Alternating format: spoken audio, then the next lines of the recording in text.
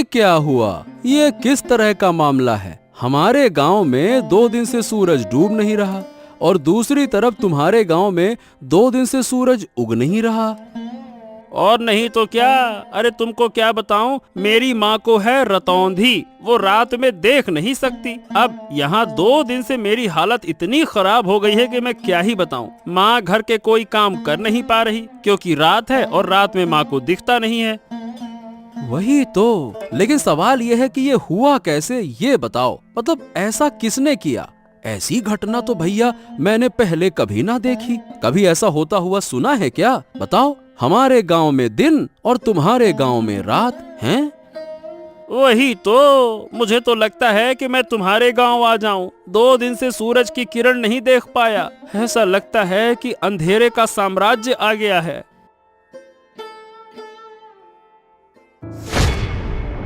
अरे अरे अरे अरे, ये क्या हुआ? ए भैया, तू ऐसे गिर काहे पड़ा? हरेंद्र, क्या हो गया तुझको? अरे मतलब क्या हो गया, मुझे खुद समझ नहीं आ रहा। मैंने तुम्हारे गांव में आने के लिए जैसे ही कदम बढ़ाया और झटका लगा। बाप रे, मैं तो तुम्हारे गांव में प्रवेश ही नहीं कर पा रहा हूँ। ऐसा लग रहा है कि जैसे बीच में कोई दीवार खड़ी हो। क्या बात कर रहा है? तो क्या हम एक गांव के लोग दूसरे गांव में नहीं जा सकते क्या?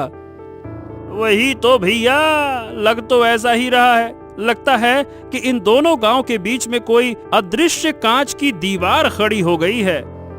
अरे अब क्या करूं, मुझे तो समझ नहीं आ रहा। चल, फिलहाल के लिए तू घर जा, अब देखते हैं क्या किया जा सकता है। कोई उपाय मिल जाए तो मुझे भी बता देना। दोनों गांव में अचानक अजीब घटना हुई। एक गांव में लगातार 2 दिन तक दिन और दूसरे गांव में लगातार 2 दिन तक रात। ऐसी समस्या पहले कभी नहीं देखी गई थी। ओ माँ माँ, अब अच्छा नहीं लग रहा। रात क्यों नहीं हो रही है? इतना लंबा दिन मैंने कभी नहीं देखा। मैं सो भी नहीं पा रहा हूँ, मुझे नींद भी नहीं आ रही। सो नहीं पा रहे हो? क्या हुआ? जाकर सो जाओ। सोने में क्या परेशानी है? मैं क्या सो नहीं रही? वाह, रात के बिना सोने का क्या मजा होता है। रात के बिना सोने से लगता है कि जैसे दिन में सो रहा हूँ। इतना उजाला सहन नहीं हो रहा। ऐसा क्यों हो रहा है माँ? क्यों क्यों माँ? क्या पता किसकी नजर पड़ गई हमारे गांव पर। शायद कोई शाप लग गया है। सुना है हमारे पास वाले गांव में तो 2 दिन से रात हो रही है। 2 दिन से रात हो रही है और रात हो ही नहीं रही है। ये तो बहुत बेकार है। मैं दिन में यहाँ रहूंगा और रात को जाकर उस गांव में सो जाऊंगा। मुझे नहीं रहना दिन में। हाँ, ये हुआ। तुम कैसे सोओगे वो मुझे नहीं पता। 2 गांव के बीच एक अदृश्य दीवार बनी हुई है। वो दीवार पार करके इस गांव के लोग दूसरे गांव में या दूसरे गांव के लोग हमारे गांव में नहीं जा पा रहे। तो क्या होगा माँ? क्या हमारे गांव में कभी रात नहीं आएगी? हमारा गांव ऐसा क्यों हो गया? अगर रात नहीं होगी तो सूरज की गर्मी में हमारा पूरा गांव जलकर खाक हो जाएगा माँ। क्या पता बेटा, हमारे भाग्य में क्या है, लेकिन ऊपर वाला जो करेगा वो हमारे भले के लिए ही करेगा। हाँ, मुझे ये सब कुछ अच्छा नहीं लग रहा माँ। मैं सो नहीं पा रहा हूँ। मेरा सर दुख रहा है। 2 दिन से मेरा सर घूम रहा है। शरीर भी लगता है कि जैसे बीमार हो गया है। मैं क्या करूँ माँ? ओहो, तुम यहाँ से जाओ और अब परेशान मत करो। वैसे भी मैं खुद तकलीफ से जूझ रही हूँ। दूसरी तरफ तुम मुझे बार बार परेशान कर रहे हो।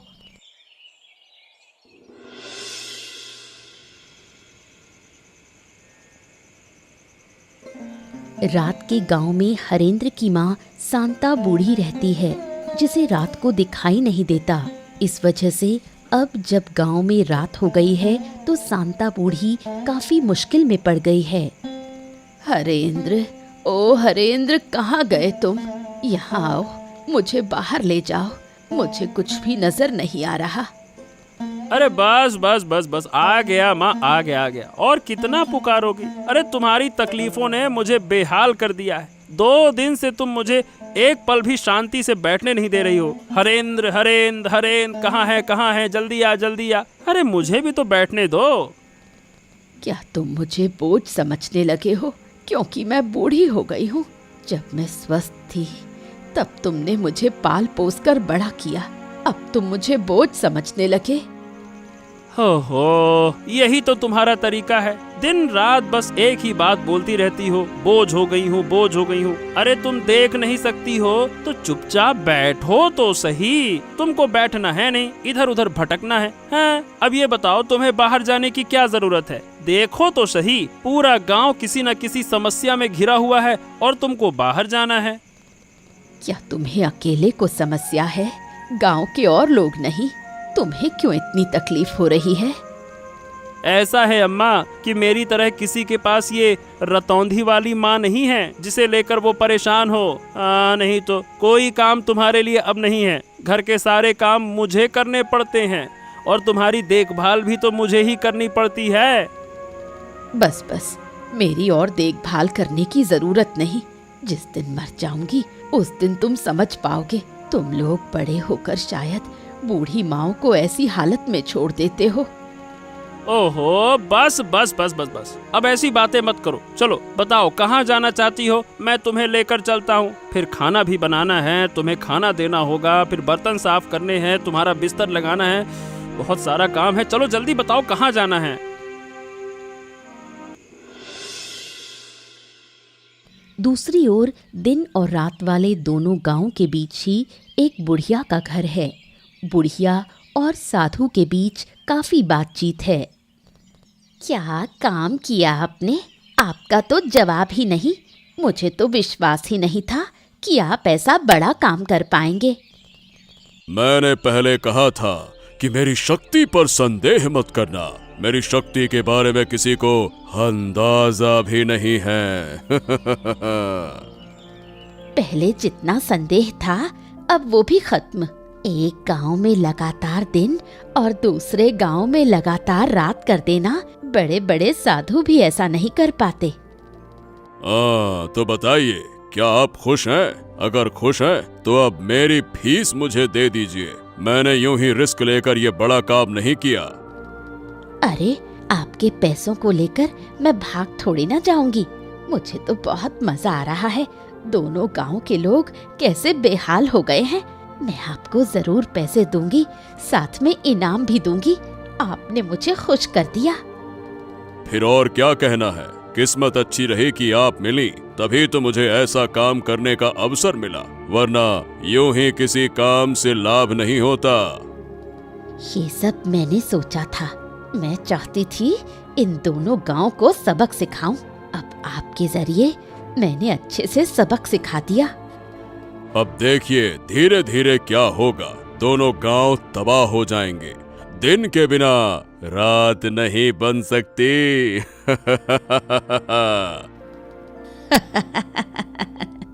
मैं भी यही चाहती थी। मैंने इस दिन का बहुत इंतजार किया है। अब मैं उन्हें हर तरह की तकलीफ दिखाकर सिखा दूंगी कि दुख और अपमान क्या होता है। अब वो मेरा कभी अपमान करने की हिम्मत नहीं करेंगे। मैं चाहती हूँ कि इन दोनों गांव के बीच सिर्फ मैं बची रहूं और कोई ना रहे। अरे अरे बेटा, अरे रुक जाओ बेटा, इस तरह से क्यों दौड़ते हो? क्या हो गया? अरे रुक जाओ, गिर जाओगे। बेटा रुको रुको। पिताजी पिताजी, हाँ, पिताजी पिताजी, मुझे एक बड़ी बात पता चल गई है। मैंने दिन और रात की असली वजह जान ली है। पिताजी पिताजी पिताजी, अब आप कुछ उपाय निकालो, वरना दोनों गांव वाले मर सकते हैं। अरे बेटा शांत हो जा। हाँ, अब ये बता क्या हुआ, कैसे जाना तुमने? बता मुझे। पिताजी पिताजी, हमारे दोनों गांव के बीच में उस बुढ़िया का घर है ना, वही बुढ़िया जो गांव वालों से बात भी नहीं करती, ये सब कुछ वही करवा रही है। क्या? ये क्या कह रहे हो तुम? क्या सच में ऐसा है? पर ये बताओ, तुम्हें कैसे पता चला कि वो करवा रही है? अब मैं सच कह रहा हूँ पिताजी। मैं थोड़ा क्या है कि बाहर गया था तो बुढ़िया के घर से ना हंसी ठहाके की आवाजें आ रही थी। मैं चुपके से गया, मैंने सब कुछ सुना और देखा कि बुढ़िया ना एक साधु के साथ में योजना बना रही थी। पिताजी, जो करना है अब जल्दी कीजिए। मुझे लगता है कि वो साधु ना बड़ा शक्तिशाली है। ओ, अब जब सब कुछ खुल ही गया है तो उस बुढ़िया को छोड़ना नहीं चाहिए। वो जिद करके हमारे विनाश की कोशिश कर रही है ना। वही तो, पर ये समझ में नहीं आ रहा पिताजी कि वो ऐसा कर क्यों रही है। मतलब वो हमसे गुस्सा है क्या? और गांव वाले उससे बात क्यों नहीं करते? हाँ, ये सब बातें जानने के लिए अभी तुम बहुत छोटे हो बेटा। चलो मैं जाता हूँ, हरेंद्र से बात करूंगा, फिर हम दोनों मिलकर बुढ़िया के घर जाएंगे और समझाएंगे। नहीं तो इसके अलावा तो कोई और उपाय नहीं दिखता। वही तो पिताजी, जल्दी कीजिए। मुझे उस साधु पर भरोसा नहीं है। बहुत ही बेकार हंसी हंसता है वो पैसे लेकर चला गया और यकीन है कि वो वापस आएगा।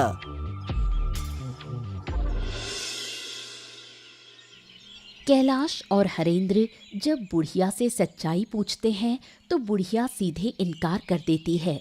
वो किसी भी तरह ये मानने को तैयार नहीं कि उसका इसमें किसी भी तरह का रोल है। ओ सुनो बुढ़िया, हमने तुम्हारे साथ कुछ नहीं किया और जिन लोगों ने ये किया अब वो जिंदा नहीं है। फिर भी तुम हमसे क्यों नाराज हो, मुझे समझ में नहीं आता। नाराज ना रहूं तो क्या करूं? तुम लोग मेरे किसी काम के नहीं। मैं यहाँ अकेली हूँ, मुझे कितनी मदद चाहिए तुम्हें इस बात का अंदाजा भी है। मेरे साथ दो शब्द बोलने वाला भी कोई नहीं। ऐसा है कि लोग तुमसे बात इसलिए नहीं करते क्योंकि तुम गुस्सैल हो, तुम्हें गुस्सा बहुत आता है। गांव वाले तुमसे डरते हैं, इसीलिए कोई तुम्हारे पास नहीं आता। पर इसका मतलब ये नहीं है कि तुम हमारे गांव को नुकसान पहुंचाओ। तुमने किया या नहीं किया इसका राज खुल चुका है, हम सब जान चुके हैं, इसीलिए इनकार मत करो। तुम लोग मेरा बार बार अपमान करते हो, मुझे बदनाम करते हो। इसका अंजाम अच्छा नहीं होगा। मैंने एक बार सब बर्दाश्त कर लिया।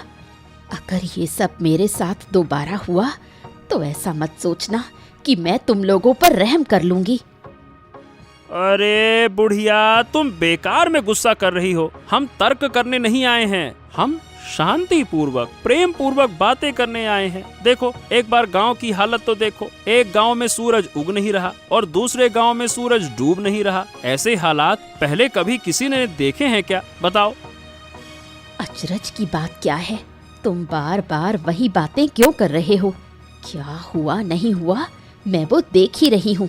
मैं इससे जुड़ी हुई हूँ। तुम लोग यहाँ से चले जाओ, मुझे अकेला छोड़ दो।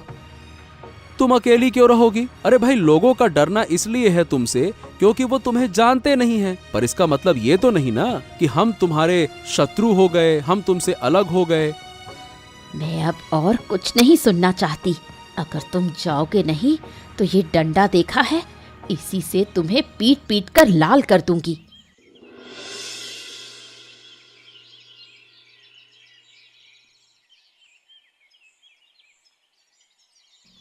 क्या तुम सच में उस बूढ़ी के पास गए थे? रिशान ने मुझे बताया, कुछ फायदा हुआ क्या? हाँ, जितना समझ में आया उससे ये पता चला कि आराध्या, वो जो बुढ़िया है ना, वो दोनों गांव पर बहुत गुस्सा है। इसीलिए बूढ़ी ने किसी साधु की मदद से हमारे इन दोनों गांव के साथ में ऐसा किया। तो क्या इन दोनों गांव को फिर पहले जैसा करना संभव नहीं? ऐसा लगता तो नहीं है। मैंने और हरेंद्र ने मिलकर बूढ़ी को वैसे तो बहुत समझाने की कोशिश की, पर सही बताऊं बूढ़ी सुनना ही नहीं चाहती है। वो किसी भी तरह से हमारी बात समझना ही नहीं चाहती है। सच में मुझे तो डर लग रहा है। अगर ऐसे ही चलता रहा तो गांव में कोई नहीं बचेगा। धीरे धीरे सब कुछ नष्ट हो जाएगा। तुम सब लोग चिंता मत करो, देखना मैं सब ठीक कर दूंगा।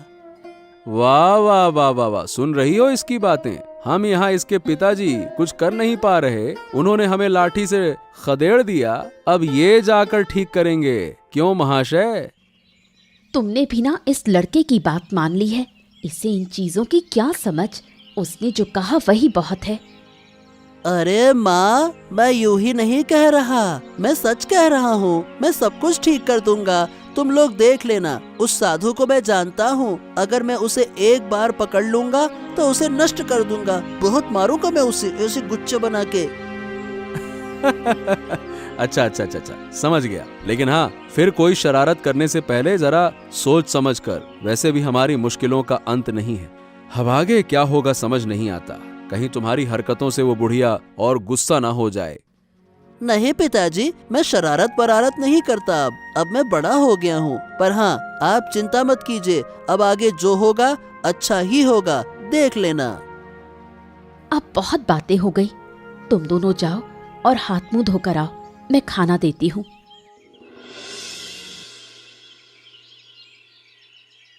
अरे साधु बाबा, आइए आइए बैठिए। मैं तो आपका ही इंतजार कर रही थी। कितनी बातें हुई, आपको तो कुछ पता ही नहीं। क्या बात है? फिर क्या हुआ? कोई नई कहानी हुई क्या? गांव वालों को सब पता चल गया है कि ये मैंने ही किया है, पर मैंने इनकार कर दिया। सब मेरे पास आए थे, मैंने उन्हें भगा दिया। उनका इस विपत्ति में पड़ा हुआ चेहरा देखकर मुझे कितनी खुशी हुई। ठीक है, तुमने इनकार किया, ये अच्छी बात है। लेकिन पर जब लोग शक करते हैं तो बिना कुछ जाने, बिना किसी वजह के शक नहीं करते।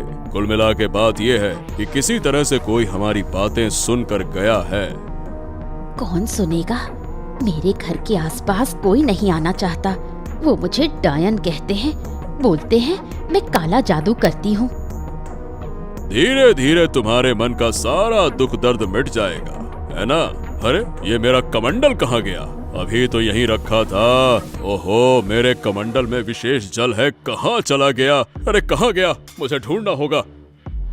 अरे ए लड़के, मेरा कमंडल दे दे। मैं कह रहा हूँ मेरा कमंडल दे दे। तेरी इतनी हिम्मत कि मेरा कमंडल तू चुराए? मैं तुझे छोड़ूंगा नहीं। उसे पकड़ो, उसे रोक लो, वरना बड़ा नुकसान होगा। हमने जो झूठ बोला है वो पकड़ में आ जाएगा। उसे पकड़ना ही होगा। मेरा कमंडल उसके पास है और उस कमंडल में विशेष जल है। उसी जल से मैं फिर से इस गांव का रात और दूसरे गांव का दिन दूर कर दूंगा। चिंता मत करो। अब क्या होगा? सब कुछ तो फिर से पहले जैसा हो गया। उस बच्चे से कमंडल ले आऊंगा और फिर इन गांवों का दिन रात बदल दूंगा। तुम चिंता मत करो।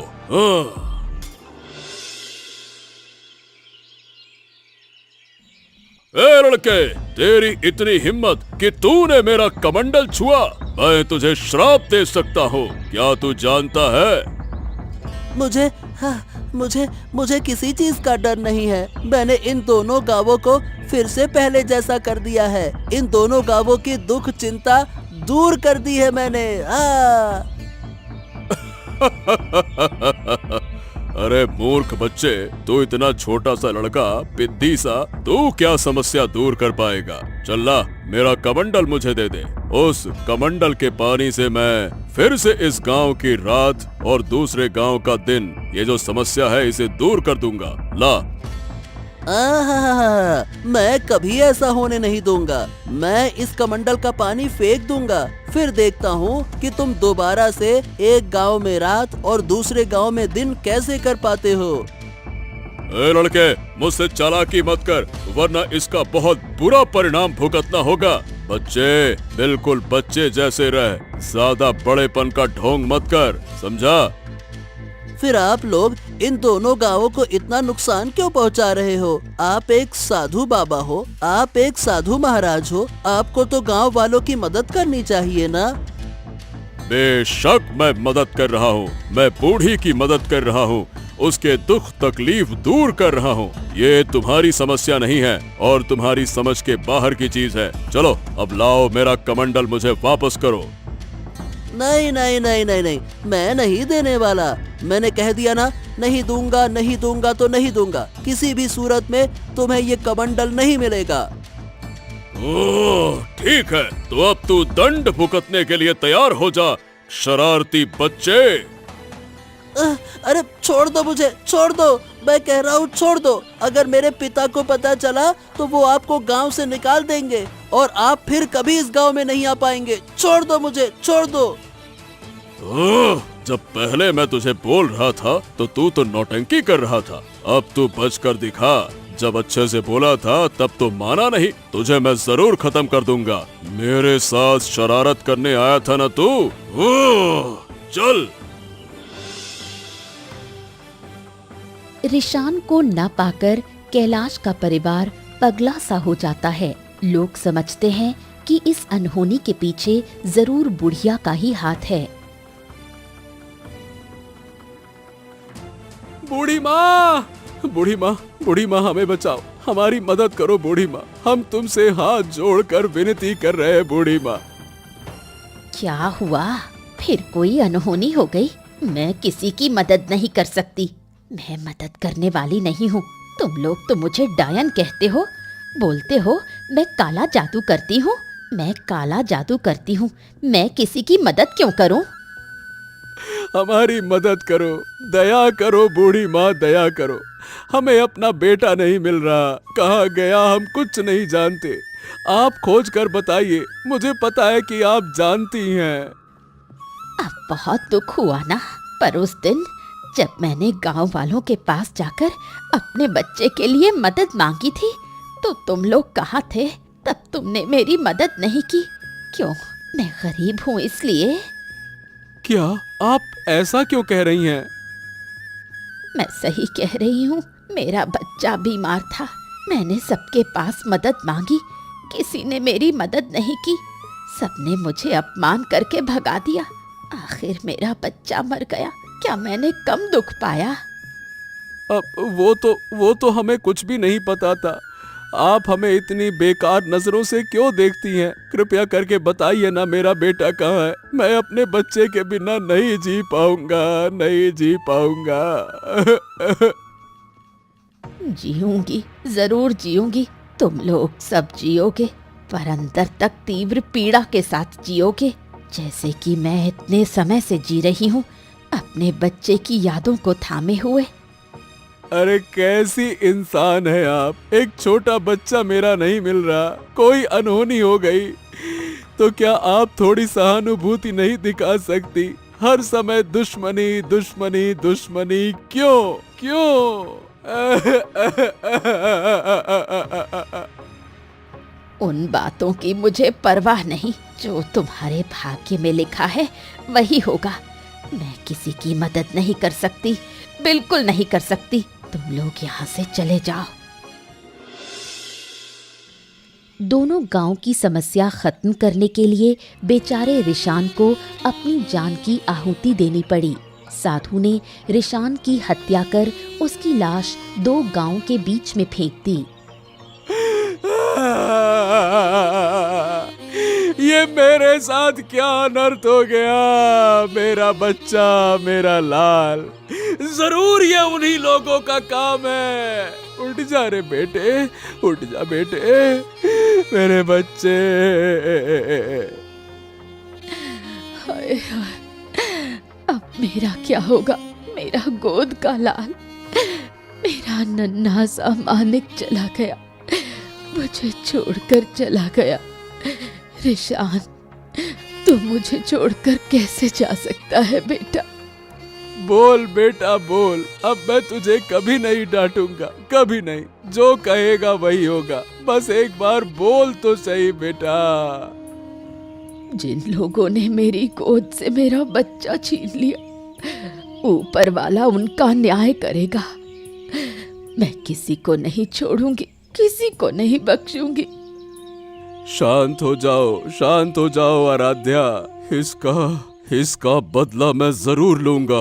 मैं किसी को छोड़ूंगा नहीं। मेरे छोटे से बच्चे पर जरा सा भी तरस नहीं आया उन्हें। उसने ऐसा क्या किया था जो उसे इतनी बड़ी सजा मिली? मैं छोड़ूंगा नहीं। वो तो छोटा था, उसे क्या पता इन सब बातों का। उन्होंने ये सब कैसे कर दिया? एक छोटे से बच्चे को मार दिया। उनका दिल जरा भी नहीं कांपा। क्या वो लोग इंसान हैं? मैं अपने बेटे के शरीर को छूकर कसम खाता हूँ कि जिन्होंने ये किया उन्हें मैं किसी हालत में माफ नहीं करूंगा। उन्हें सजा जरूर मिलेगी। बस भाई बस बस बस, चलो उठो, अब हमें आगे का इंतजाम करना होगा। चलो रिशान को, बच्चे को लेकर चलो चलो।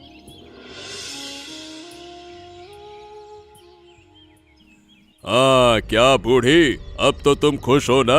तुम्हारी मनोकामना धीरे धीरे पूरी कर रहा हूँ। अब तुम मेरी तरफ भी थोड़ा ध्यान दो।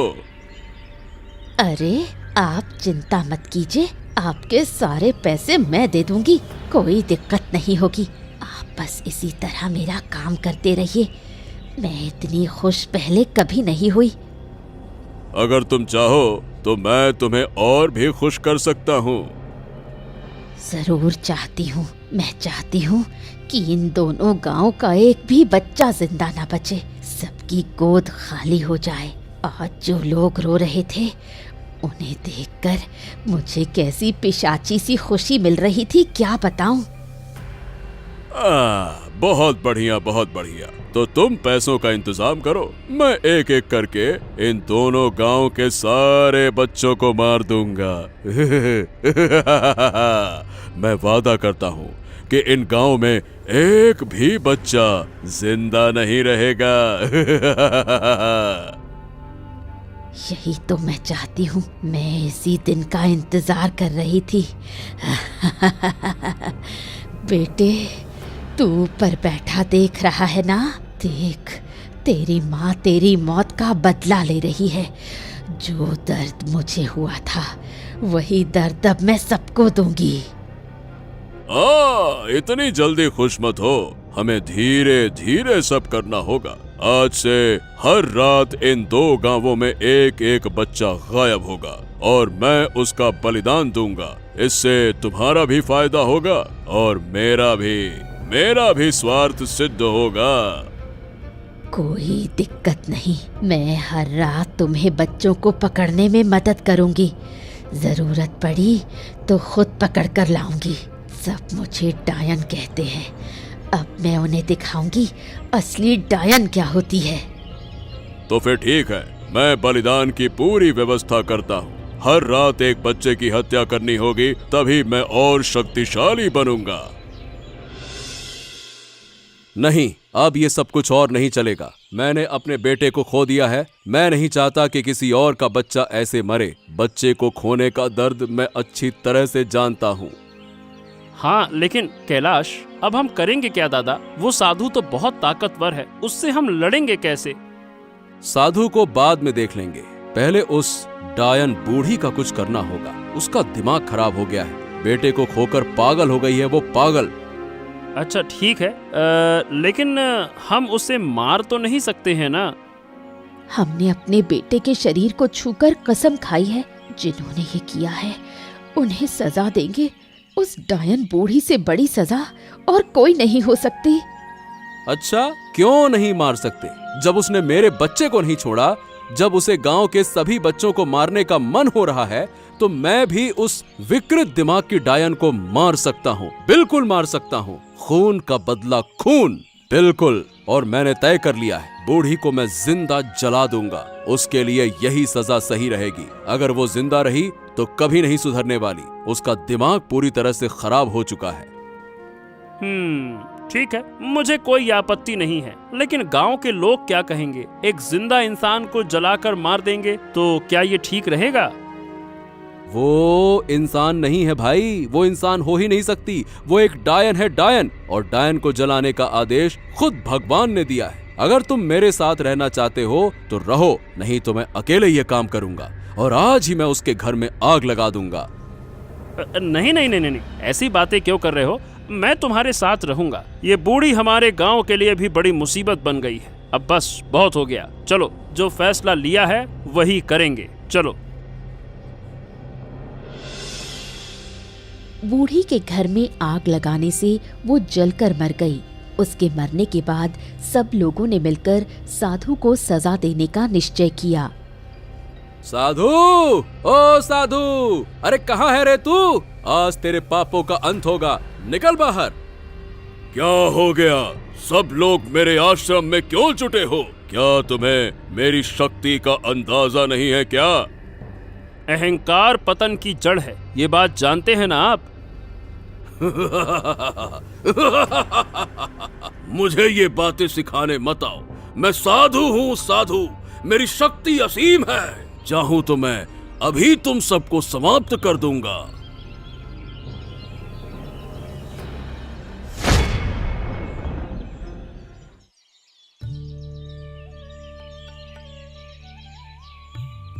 हाँ, आखिरकार हमारे गांव से बुरी नजर हट गई। अब हमारे गांव पर फिर कोई विपत्ति नहीं आएगी। अगर फिर कभी कुछ हुआ तो हम सब मिलकर उसका सामना करेंगे। हाँ, गांव तो आखिरकार ठीक हो गया, लेकिन मैंने अपना बेटा खो दिया। मेरा बेटा अपनी जान देकर इस गांव को मुक्ति दिलाकर चला गया। चिंता मत करो कैलाश, जब तक इस गांव के लोग जिएंगे तुम्हारे बेटे को सब याद रखेंगे, सब तुम्हारे बेटे का सम्मान करेंगे। पीढ़ी दर पीढ़ी तुम्हारा बेटा हमारे इन दोनों गांव के बीच जिंदा रहेगा। ऐसा ही हो बूढ़ी माँ, ऐसा ही हो।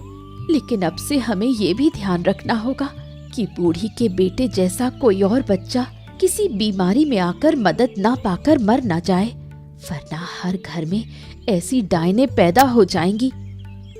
बिल्कुल सही कह रही हो आराध्या, हम सब एक दूसरे का ध्यान रखेंगे। ये दोनों गांव अब से अलग नहीं रहेंगे, बल्कि हमेशा एक दूसरे की मदद करेंगे।